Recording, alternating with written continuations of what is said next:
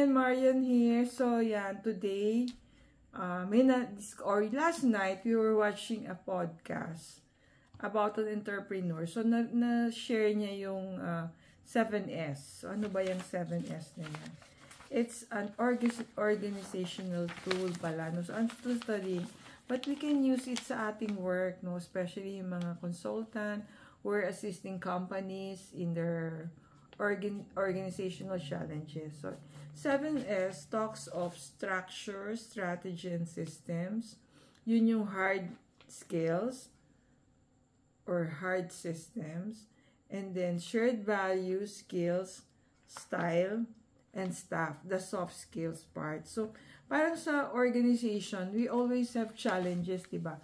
So, this 7S will help us determine ano ba yung mga gaps in our organization to assess ano ba yung things or how to address yung mga challenges inside the organization. So, step 1, identify the areas that are that not effectively aligned, or identify the gaps and misalignments in your organization. So, after identifying yung gaps and misalignments, so we have to make a strategic action. So, yung S kasi stands for yun nga. So, you have to analyze saan ba nanggagaling yung gaps or challenges. Is it about structure? Is it about strategy? It's about systems.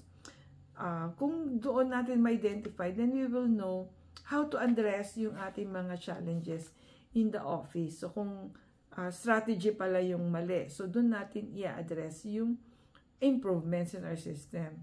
Kung skills ba, kumbaga, our people lack skills, so we'll do training. Kung management style, baka yung pag-manage natin ng people natin, are we participative, democratic, or ano ba yung goals ng product natin? Kailangan bang autocratic tayo dun sa services natin? So, we have to identify what are the causes or challenges or gaps or misalignments that we experiencing right now from the 7S, yung structure, strategy, system, shared values, skills. This is from McKinsey 7S. So, doon makikita natin sa internet. No? From these 7 items or areas or criteria in organization, we will find ano ba yung what distracts us, what causes obstacles, no? So, doon tayo gagawa ng areas of improvement or action plans. And then, of course, implement it. And sabi nga, we have to review regularly kung ano yung mga na-identify nating gaps or misalignments in our organization. Ang galing, no?